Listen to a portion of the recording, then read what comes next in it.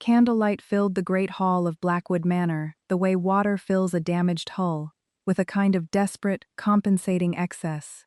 300 beeswax candles burned in chandeliers that had not been lit in living memory, their light catching the diamonds at a dozen well-placed throats, and the gilt edging on programs no guest had yet opened. The gowns were extraordinary, ivory silk and jonquil satin, one memorable confection of pale green gauze that seemed designed primarily to be noticed at the top of the stairs. There were footmen at every door, musicians tuning in the gallery above, and the very precise social architecture of 200 guests, arranged by instinct into the groups that mattered and the groups that merely attended. And at the edge of all that recovered, slightly frantic magnificence, cross-referencing the evening's seating arrangements against the names on the footman's list with a pencil she had sharpened herself that morning, was Clara Ashworth. She wore last season's gown, pearl gray, which was not precisely wrong for the evening, but was not precisely right either. She had altered the hem 3 weeks ago by candlelight in the housekeeper's room, which was where she worked when the main study was occupied by the solicitors Mr. Finch had engaged to manage the ball's contracts. She had not been invited to those meetings, though she had drafted the original schedule they were using, and had caught the error in the wine merchant's invoice that would have cost the estate £22. The correction had been implemented without acknowledgement. She was accustomed to that. Marcus Blackwood, the Duke of Blackwood, arrived at his own ball 11 minutes after the announced hour, which was exactly the right duration to have been awaited without being considered late. He moved through the entrance without pausing to appreciate it, which Clara noticed because she noticed everything, and because she had spent 4 days ensuring the entrance was worth appreciating. He shook 2 hands, inclined his head to a countess in rose-colored silk, and then stood with his back to the east wall and looked at the room the way a man looks at a problem he has already partially solved. He looked, eventually, at her. Not with appreciation, not with the swift assessment most men offered and then withdrew. He looked at her the way she looked at the seating chart, carefully, from a slight distance, as though he was trying to understand what function the piece performed before he touched it. Clara returned her attention to the list. She had 14 remaining arrangements to confirm before the first course was announced, and the Duke's gaze, whatever it meant, was not on the list of things she could afford to examine tonight. She had not known, when she agreed to remain at Blackwood Manor through the summer, that a ball was coming. She had not, in truth, agreed at all. She had simply not left, because there was nowhere to go and a great deal still to fix, which was the same logic by which she had remained in every situation she had ever been placed in. 3 nights ago, for the first time in 40 years of Blackwood silence, she had threatened to go. She had meant it. That was the thing she had not expected herself to mean. Clara Ashworth had arrived at Blackwood Manor 2 years and 4 months prior, in a hired post-chaise on a damp October morning, with 1 trunk, a leather satchel that contained her account books, and a letter of engagement signed by her cousin Reginald Hargrove, who was not technically qualified to engage anyone for anything, but had represented himself as the estate's acting agent to both Clara and the ducal solicitors simultaneously, which was the kind of fraud that is very difficult to prosecute and extremely easy to live inside. Reginald had written to Clara in September of that year, explaining that Blackwood Estate required a housekeeper's assistant with some facility for accounts. He had not mentioned that the position had already been filled by 3 different women in 18 months, each of whom had left within 6 weeks. He had not mentioned that the estate had not had an active duke in residence for 7 years, that the household accounts were in a condition that an honest man would have called catastrophic, or that the cellars were leaking into the Eastern Foundation in a way that had rendered 12 of the estate's 44 tenant cottages structurally uncertain. He had also not mentioned that he himself was drawing a quarterly payment from the estate accounts, modest but consistent, and entered under the heading Management Services, which he had inserted in his own handwriting into the ledger's expense categories, sometime in the autumn of 18 months prior. Clara had discovered all of this within the first 9 days. She had not announced what she found. She was not in a position to announce anything. She was a 26-year-old woman with no independent income, no social connections, and no family remaining, except Reginald, who was the kind of cousin who reminds you annually that he did you a favor. She had spent the previous 6 years managing the Hargrove household accounts in Northampton after her father died and left her without provision, which was not an unusual circumstance for a clergyman's daughter in 1815, and which had taught her that the person being overlooked in any room is often the person keeping the room standing. She had opened the Blackwood ledgers in the estate's morning room, on her second day, with a lamp she had requisitioned from the hall closet, and a cup of tea she had made herself, because there was no one to make it. What she found there was 4 years of partial entries, 2 categories of expenditure that appeared in no standard accounting system she had studied, and a debt to a Derbyshire wool merchant for £640 that had been extended 3 times, and was now accruing interest at a rate that would consume the Eastern tenant farm income entirely by the following spring. She had spread the pages across the morning room table, and worked from 7 in the morning until the candles required replacing. Then she had gone to the kitchen, which was managed by a woman named Mrs. Laura Mahmood, who had looked at Clara with the flat assessment of someone who had watched 3 predecessors fail, and had not yet decided whether to waste her welcome on a 4th. "You'll want to know where the good candles are kept," Mrs. Mahmood had said, without preamble. "I would," Clara said. Mrs. Mahmood had shown her. That was the entirety of the first evening. It was enough. By the end of her 3rd week, Clara had reconstructed the complete state of the estate's finances, cross-referenced the ledger against the original tenancy agreements, identified Reginald's inserted payments as the single most extractable problem, and written a draft letter to the wool merchant in Derbyshire, proposing a revised repayment schedule that Clara had calculated would clear the debt in 14 months without affecting the household operational budget. She had not sent the letter because she had no authority to send it. She had placed it in her satchel and continued working. She had not broken. She had made that decision very precisely in the first week, sitting alone in the morning room at 10 o'clock at night, with the ledger open and the full weight of the estate's mismanagement visible in the lamp's narrow light. She was not going to become less than she was, because the situation was larger than she had been prepared for. She had managed everything she had ever been handed. She would manage this. She stayed. She renegotiated the household supply contracts, modestly, in her own name as managing assistant, which was a designation she invented and which no one challenged because no one was paying close enough attention. She wrote to the tenant farmers individually regarding the foundation repairs, not promising what she could not deliver but asking, precisely, what each structure required. She began a correspondence with a Nottingham architect whose name she had found in the estate's own historical records, and who, after some initial puzzlement at the source of the enquiry, had agreed to provide estimates.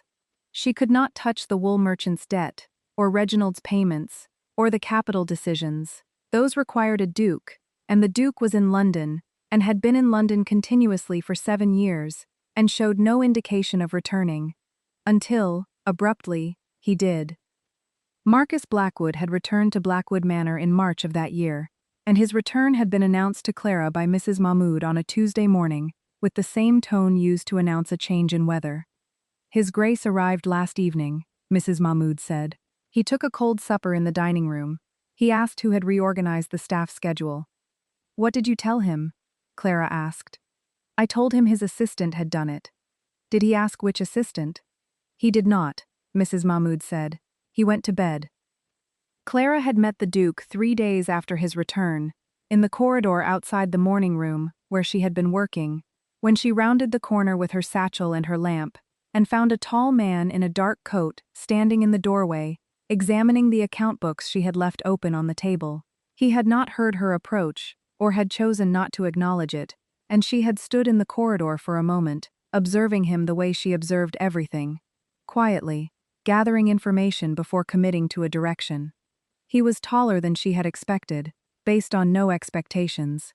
He was reading the accounts with the particular focus of someone who understood what they were reading, which was itself unexpected. "Those are organized by fiscal quarter," she said. "The entries in red are disputed, and the entries in blue are my reconstructions from the original tenancy documents. The green annotations are my errors. I found and corrected them, but I left them visible."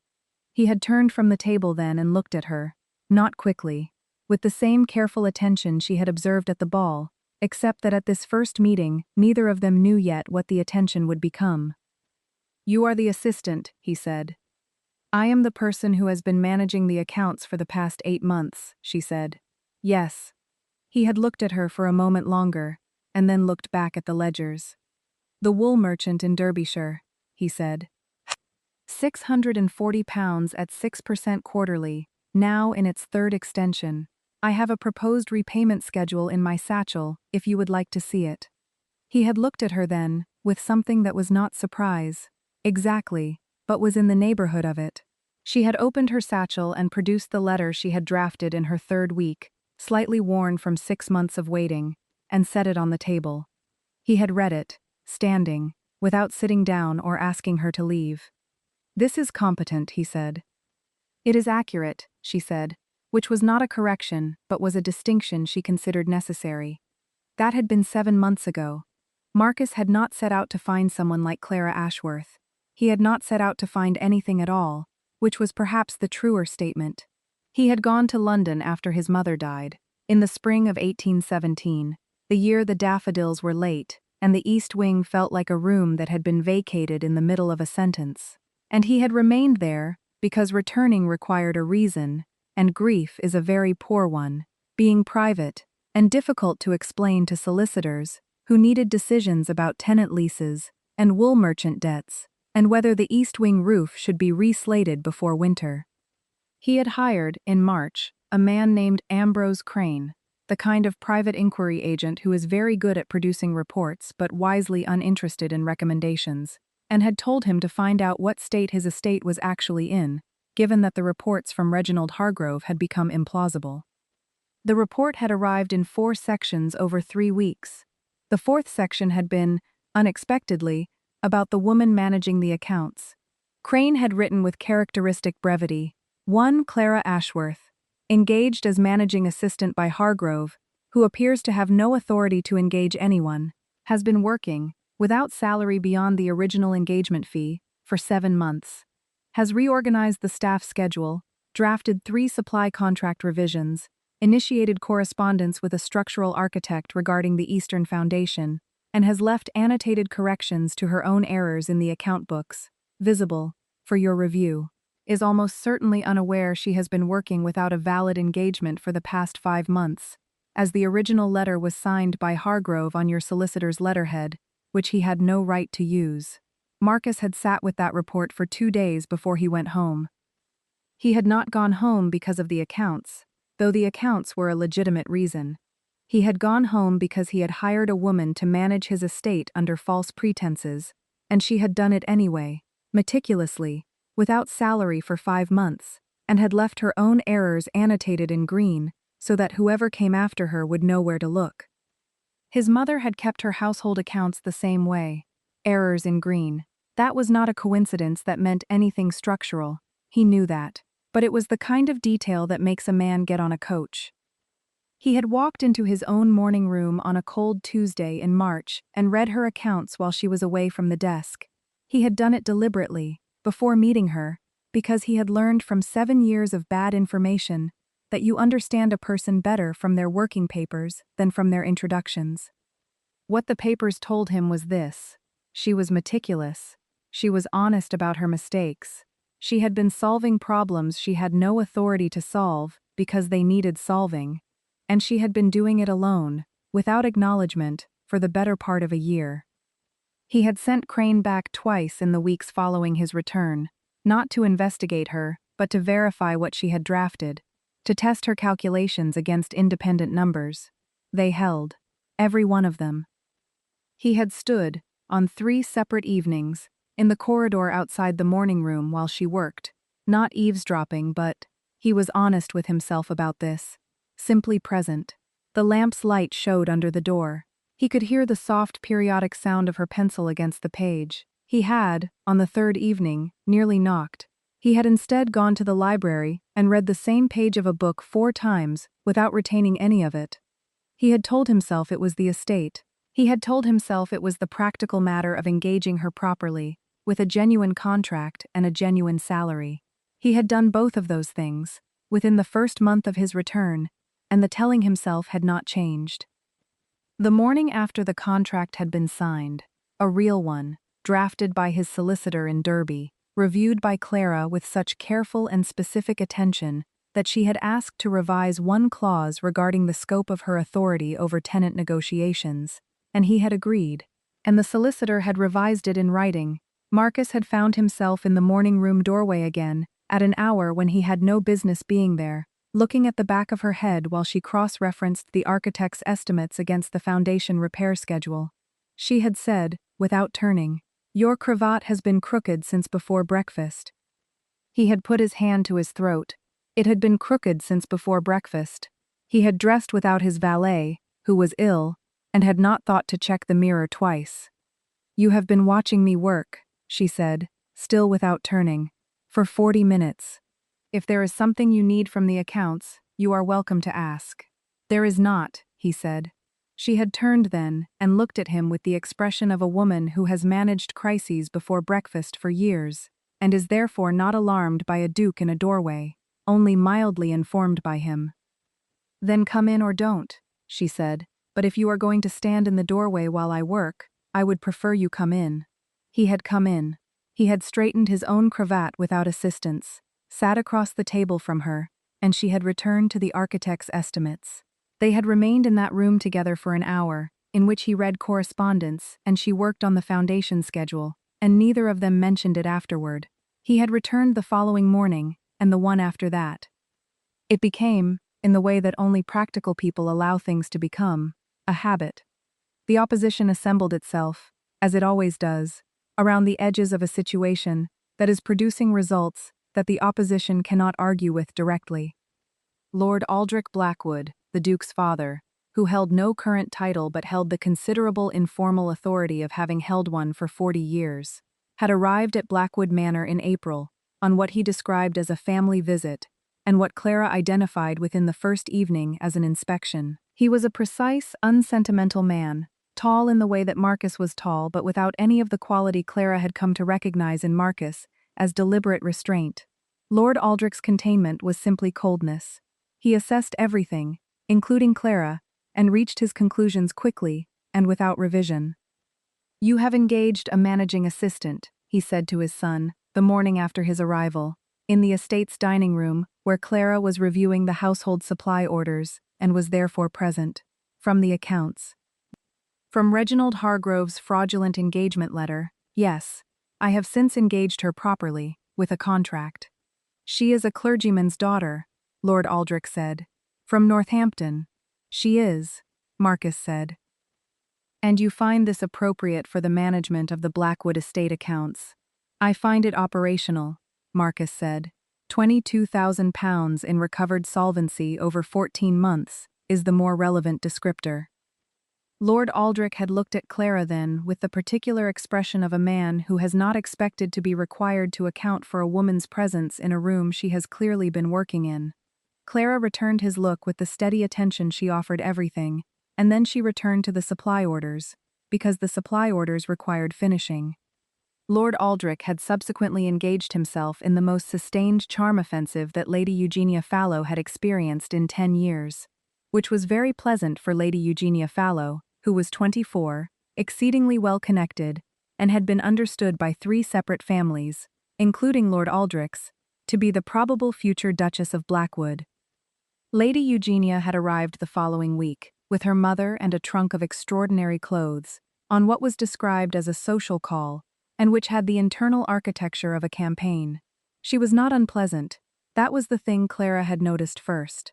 Lady Eugenia was genuinely charming, genuinely beautiful, and genuinely certain, in the way that only women who have been told their whole lives that certainty is the appropriate register, that she was the natural outcome of this situation.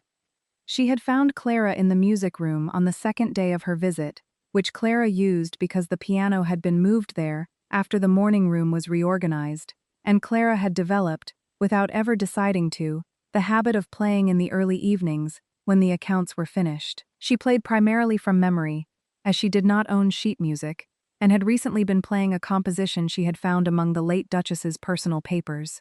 A short piece in D minor, unattributed, which Mrs. Mahmoud had quietly identified as the late Duchess's own, composed the winter before her death.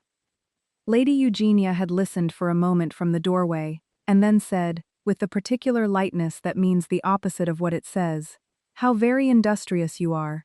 Do you play for the household?" "I play for myself," Clara said, and continued playing. "It must be pleasant," Lady Eugenia said, "to have that kind of time." "I don't," Clara said. "This is 6 o'clock. The accounts are finished." Lady Eugenia had moved into the room and sat in the high-backed chair near the window, which was the chair Marcus had taken to occupying on the evenings he came to the music room, which had become 3 or 4 evenings per week without either of them having decided that this was a pattern. "His Grace tells me you have been very useful to the estate," Lady Eugenia said. "I have been managing the estate's accounts for 20 months, Clara said. "Useful is perhaps a modest term. He also tells me the ball was your organization entirely." "The ball was His Grace's decision," Clara said. "The organization is mine." Lady Eugenia looked at her with the slow recalibration of someone who has been trained to manage the room and has discovered she is not managing this one. It was not animosity, it was something closer to surprise, and behind the surprise was the particular discomfort of a woman who understands that the competition is different from what she was prepared for. "He speaks of you," Lady Eugenia said, finally, in a tone that was stripped of its lightness, with a particular kind of attention. "I would not know what he says in my absence," Clara said. "No," Lady Eugenia agreed. "I suppose you wouldn't." She had left the music room, and Clara had remained and finished the composition, and then she had sat for a moment with her hands in her lap, and thought about what it cost to be the person in every room who stays when everyone else has finished, and what it might cost now if she went. She had been close, that night 3 days before the ball, to packing her trunk. The truth of it was simple. Lord Aldrich had called her unsuitable in the East Corridor, precisely and without cruelty, as a statement of structural fact. "It is not a matter of quality," he had said. "I am certain you are capable. It is a matter of what is appropriate to the Blackwood name, and I would ask you to consider whether your remaining here serves anyone." He had meant it. He was not wrong by the rules of his world. He had looked at her with the steady regard of a man who genuinely believed he was offering her the clarity she needed, and she had looked back at him with the steady regard of a woman who has been offered clarity by men who meant it well before, and had discovered that their clarity was not about her at all. She had gone back to the morning room. She had sat at the table. She had opened her satchel and looked at the accounts, and then she had closed them. Then she had gone to Marcus. She had knocked on the library door at 9 o'clock in the evening, which was not an hour at which she knocked on library doors, and he had said, "Come in," and she had come in and stood before his desk and said, without preamble, "I am going to leave the estate at the end of this week, if the situation does not change. I would like you to understand that I mean this. I have managed the Blackwood accounts for 20 months, under a fraudulent engagement that I did not know was fraudulent, at a salary that was not paid for the first 5 months, and I have recovered £22,000 in solvency, drafted the tenant repair agreements, negotiated 3 supply contracts, and organized a ball your family has not held in 40 years. I am not going to be asked by your father to consider whether my presence serves anyone. I serve this estate, and I have documented proof of it." She had stopped. She had pressed one hand briefly against the edge of the desk, not for support, but because she needed the solidity of it. Marcus had looked at her from behind the desk with the expression she had come to know as his most honest one, the one stripped of the Duke's management and the contained elegance and the careful distance. He had said nothing for a long moment. Then he had said, "I will not ask you to go. I want you to stay." "That is not a sufficient resolution," she said. "No," he said, "it isn't. May I have until the ball?" It was a strange thing to ask. She had understood it, somehow, as more than the ball. "Until the end of the week," she said, and she had gone back to the morning room. She had found, the following morning, that he had written to the ball's invited guests, not an announcement, not a social occasion, but an addition to the evening's program, delivered to the 3 men who constituted the Blackwood Estate's primary investor council: Mr. Thomas Alderton, of the Derbyshire Alderton Mill Concerns, Mr. James Fairweather, of the County Investment Cooperative, and Lord Aldrich himself. The addition was brief, a formal presentation of the estate's current financial position by the estate's managing assistant, with full documentation, immediately preceding the first dancing set. Clara had found out because Mrs. Mahmoud told her, having received the information from the head footman, who had taken the invitations to the post. She had stood in the kitchen with the information for a long moment. Then she had picked up her satchel and returned to the morning room, and begun preparing the presentation. The great hall was fully lit and fully crowded when Clara finished confirming the last of the seating arrangements, and allowed herself, at last, to stop moving. She was at the east side of the room, near the musicians' gallery stairs, with her account books in the leather satchel, and the presentation neatly organized in a separate portfolio she had bound in blue cloth, which was the same color she used for reconstructed entries, because she was consistent in everything. Mr. Ambrose Crane, who had proved to be less entirely uninterested in recommendations than his professional reputation suggested, had found her here 20 minutes ago, and pressed a folded note into her hand, with the brief explanation that he had been gathering information on her behalf since March, with the Duke's awareness, but without specific direction. The note contained 3 things: confirmation that Reginald Hargrove had been drawing a total of £620 annually from the estate accounts over 4 years under his false management designation, documentation that the Alderton Mill concern had received advance notice of the Eastern Tenant Farm's structural difficulties through Reginald's correspondence with Alderton's secondary agent, and the name and address of the wool merchant in Derbyshire, who had agreed in writing to Clara's 14-month repayment schedule after Marcus had signed and dispatched her original draft letter 2 months prior, which she had not known. She had read all of this in 6 minutes, standing in the musicians' gallery stairwell, and then she had placed the note inside the blue portfolio and continued. The investor council was assembled in the morning room, which had been arranged, for tonight, with 4 chairs and a writing table, at 7:30, which was 15 minutes before the first dancing set, and 12 minutes before the formal program announced the estate presentation. Marcus was there when she arrived, standing near the window in his evening coat, and Lord Aldrich was there with a glass of wine he had not touched, and Alderton and Fairweather were there, with the expressions of men who have been told they are attending a presentation without being told the subject. Clara set the blue portfolio on the writing table, opened it, and turned to face the room. The Blackwood estate's financial recovery over the past 20 months, she said, represents a net improvement in solvency of £22,460, against a starting deficit of £31,200. I have documented this in full, by quarter, in the ledger copies before you. I would direct your attention first to the wool merchant debt, which was £640 at the time of my engagement, and has been cleared in full, under a repayment schedule I drafted in my 3rd week, and which His Grace dispatched 8 weeks ago. Alderton looked at his copy, Fairweather looked at his. Lord Aldrich had not moved. I would then direct your attention, Clara continued, to the Management Services Expenditure category, which you will find on page 4 of the quarterly summary.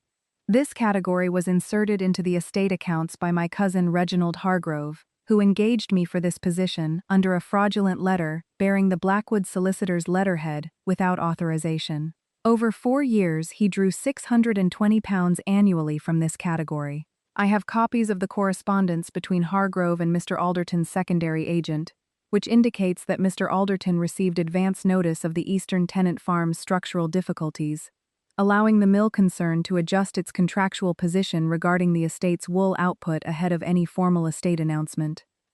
The room was very quiet. Alderton's expression moved through several stages. Fairweather's moved through fewer. Lord Aldrich set down his wineglass, which made the only sound in the room. I do not raise this to create difficulty, Clara said. I raise it because the documentation exists and is accurate, and because the Investor Council's decisions about this estate over the next 12 months should be made on the basis of what the estate's financial position actually is, not on the basis of compromised information. The estate is solvent. It will remain solvent. The Eastern Foundation repairs are funded, the tenant agreements are revised, and the supply contracts have been renegotiated at terms that save the household £400 annually. I have had 20 months to find every problem in these accounts, and I have found them. What I am offering you now is the accurate version. She closed the portfolio and looked at the room. It did not erupt. There was a long, suspended moment in which Alderton understood that he had been identified in writing, and that the writing was in the hands of the estate's managing assistant and the Duke of Blackwood simultaneously, and in which Fairweather understood that Alderton's position was more complicated than his own, and in which Lord Aldrich looked at Clara Ashworth with an expression that was stripped, for the first time, of certainty. Marcus, who had not moved from the window, said, "I am satisfied with the presentation. The documentation will remain with the estate solicitors. Mr. Alderton, I would ask you to provide, before the end of this week, written confirmation of the correspondence Miss Ashworth has referenced. Mr. Fairweather, I value your continued participation in the cooperative, and I believe the estate's current position represents a sound investment basis.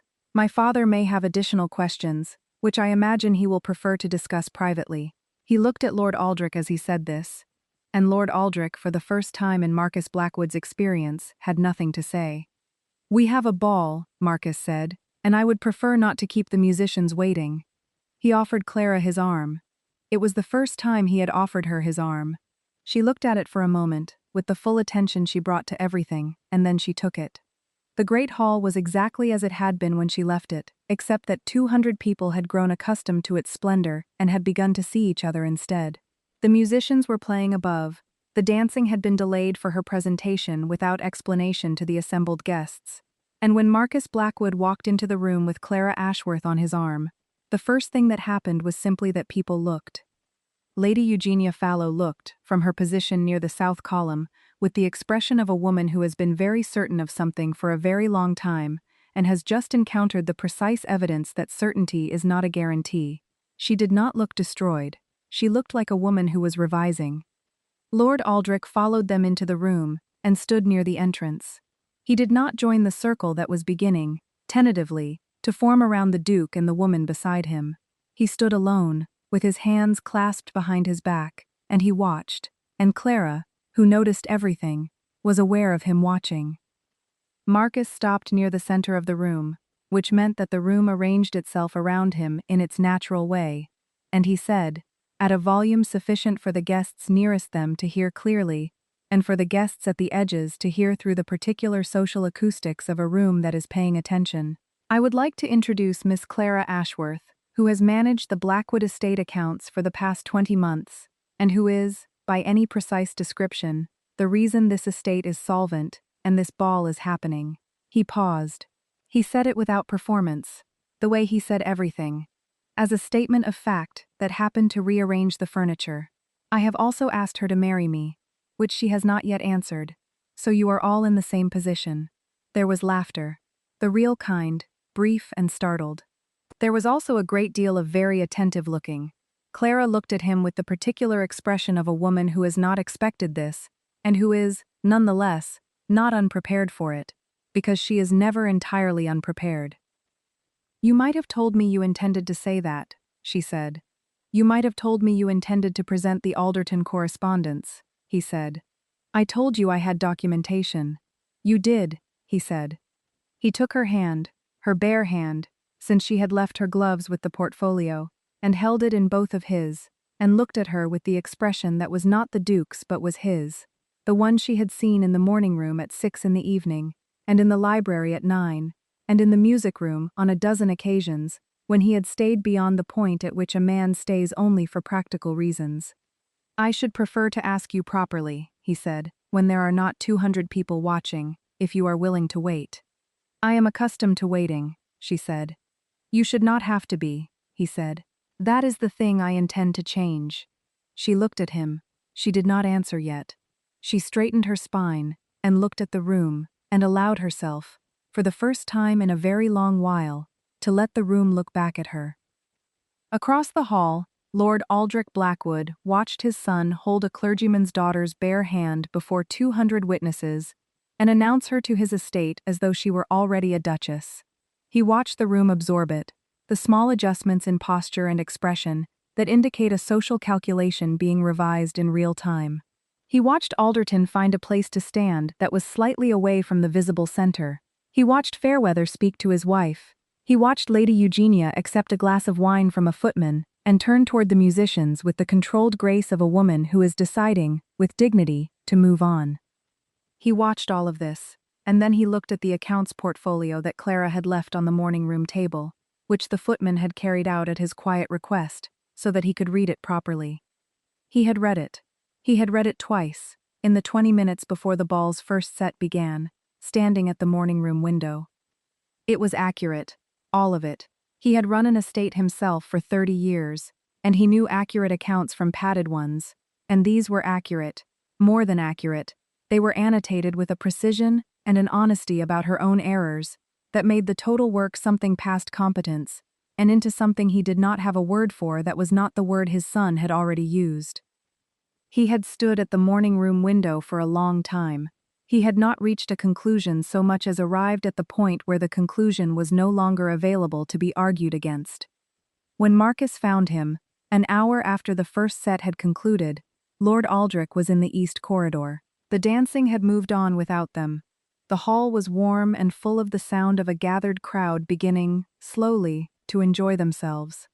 "Father," Marcus said. "She is competent," Lord Aldrich said. "She is considerably more than competent." Lord Aldrich looked at his son for a long moment. "I was not entirely right," he said, "about the nature of what is suitable. I want you to know that I am aware of this." He said it without warmth, which was the only way he had ever said anything, and without contempt, which was the thing that made it significant. "I do not expect you to require my approval. I am telling you, as a matter of accuracy, that I was working from the wrong information." Marcus looked at his father with the particular stillness of a man who has waited a long time for something and is now not going to make noise about receiving it. "Thank you," he said. Lord Aldrich walked back toward the ball. He found her in the garden. It was past 10, and the night was cool and clear in the particular way of English summer evenings that have decided to behave, and Clara had stepped outside through the south doors after the third set, because she had needed, briefly, to be somewhere the 200 people were not. She was standing on the stone path near the old sundial, which did not keep accurate time, which she had noted in the estate inventory, but had not yet found reason to fix, with her arms folded against the night air, and her account books still in her satchel, because she had not yet found a place to set them down. Marcus came out through the south doors and found her there, and he did not speak for a moment. He removed his evening coat and set it over her shoulders without asking, and she allowed this with the same even attention she brought to everything, and they stood for a moment looking at the garden. "You didn't answer," he said. "I know," she said. "I was thinking about it." "Take the time you need." She considered. The coat was warm and smelled of wood smoke and paper, which was the smell of the library, which was the smell of the evenings she had come to depend on, without admitting she was depending on them. The night garden was very quiet. The sounds of the ball were muffled through the stone walls. Someone laughing, the musicians starting the fourth set. "I am not going to step aside for anyone," she said. "Not for your father, not for the expected woman, not for the institutional opinion of 200 people in there who have just decided to revise their calculations about me. I am not asking you to." "I know," she said. "That is why I am still standing here." She turned and looked at him. He was in his shirt sleeves in the garden, which was undignified by any available standard, and which was the most precisely true she had ever seen him look. "Not because the estate needs managing," he said, "and not because the accounts are in good order, and not because it is the convenient resolution to an unconventional situation. Because you are the only person who has ever told me my cravat was crooked and gone back to work. Because you left your errors in green so that whoever came after you would know where to look, and I went home from London because of it, and I have not wanted to leave since. Because you played my mother's composition and did not tell me you had found it, and I stood in the corridor and listened, and I understood that I had been in the wrong place for 7 years, and had come back to the right one." He was quiet for a moment. "That is the true version." She looked at him for a long time, with the full weight of her attention, and she thought about it completely, which was the way she thought about everything. "Yes," she said. They went back inside. The fourth set was still playing, and Mrs. Mahmood, who was, professionally speaking, in the kitchen, and who had nonetheless found a position near the south door, from which the garden path was visible, went back to the kitchen with an expression that she did not allow to become a smile, until she was past the footman.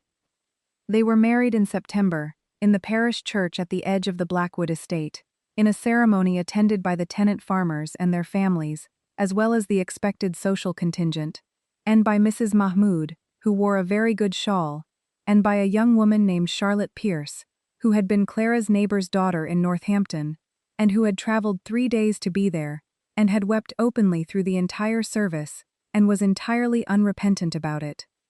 Ambrose Crane attended, at the back, and left immediately after the ceremony without speaking to anyone, which was consistent with his character, and which Clara had anticipated. The solicitor who had drawn the revised engagement contract, a careful elderly man named Mr. Edward Ashby, who had been managing the Blackwood estate's legal affairs for 22 years, and who had, from Clara's first revised contract clause, recognized in her a quality he associated with competence in its rarest form, had drawn the marriage settlement himself, and had taken unusual care over the clause that formalized Clara's continued authority over the estate accounts, which was not a standard provision, and which he had, in 22 years of practice, never drawn before. "It is only accurate," Clara had said, when he expressed this. "It is quite a bit more than that," he had said, which was the most extended compliment he had offered in professional memory. Reginald Hargrove had removed himself from the county before the ball's documentation reached the solicitors, which was the coward's resolution and was, Clara had decided, sufficient. She had not pursued the matter beyond the documentation. She had better uses for her attention. In the winter that followed the wedding, she drafted a revised tenancy framework for the estate's 44 cottages, a comprehensive document that accounted for structural maintenance obligations, rent revision schedules, and improvement credits for tenants who managed their own repairs. She had shared it, with Marcus's knowledge, with the county agricultural cooperative, and 3 neighboring estates had requested copies and subsequently adapted it for their own management. It was not a celebrated document. It was simply used, quietly and repeatedly, for the decade that followed, and the people using it rarely knew whose hand had first written it, which was an old and familiar condition that bothered her considerably less now than it once had. Their daughter was born the following June, and they named her Eleanor, after Marcus's mother, whose composition in D minor Clara had framed in her study beside the accounts portfolio from the ball. Eleanor was a serious child from the beginning, with her father's stillness and her mother's habit of counting things, the flagstones in the corridor, the panes in the morning room window, the spoons on the kitchen table, and who had, by the age of 2, learned to hold a pencil. The morning room was still Clara's room. Marcus would appear in the doorway at 7 in the morning, most days, with 2 cups of tea he had made himself, not because the household lacked staff to make tea, but because he had formed the habit early in their marriage, and had found no reason to break it. He would set a cup beside the account books and sit across the table with his correspondence, and Eleanor, when she was old enough, would climb into the chair between them and examine whatever was on the table with the full, serious attention of a child who has grown up in a room where attention is the primary vocabulary. On a particular morning in the autumn of Eleanor's 3rd year, a clear morning, the kind that arrives in England without warning and without apology, Clara looked up from the tenancy framework she was revising for the county cooperative's autumn review and found Marcus watching her from across the table. She had come to know his watching with the same precision with which she knew everything else about him, the particular angle of his head, the stillness that was not distance anymore but presence, the expression that was his honest one. "Your tea is cold," he said. "It has been cold for 20 minutes, she said, "and you have been watching me for 15. "That is accurate," he said. Eleanor looked up from the pencil she had been organizing, which was a very serious task, and then looked at her father, and then at her mother, and then she climbed down from her chair and went to find Mrs. Mahmood, which was where she went when the adults were being quiet, in the particular way that meant they were not, actually, quiet at all. Clara picked up her cup, drank the cold tea, and put it down, and went back to the tenancy framework. Marcus watched her. The morning room was warm, the candles had been lit. Outside, the Blackwood estate went on about its day. The tenant farms, the repaired eastern foundation, the rebuilt cottages, The wool agreement with the Derbyshire merchant renewed for the third consecutive year, on the terms she had first drafted in her third week. All of it moving, all of it held, all of it the accumulated work of a woman who had arrived with one trunk and an account book, and had decided, in a lamp's narrow light, that she was not going to become less than she was. She had not. The estate had become more. She turned a page, made a precise annotation in green, and continued.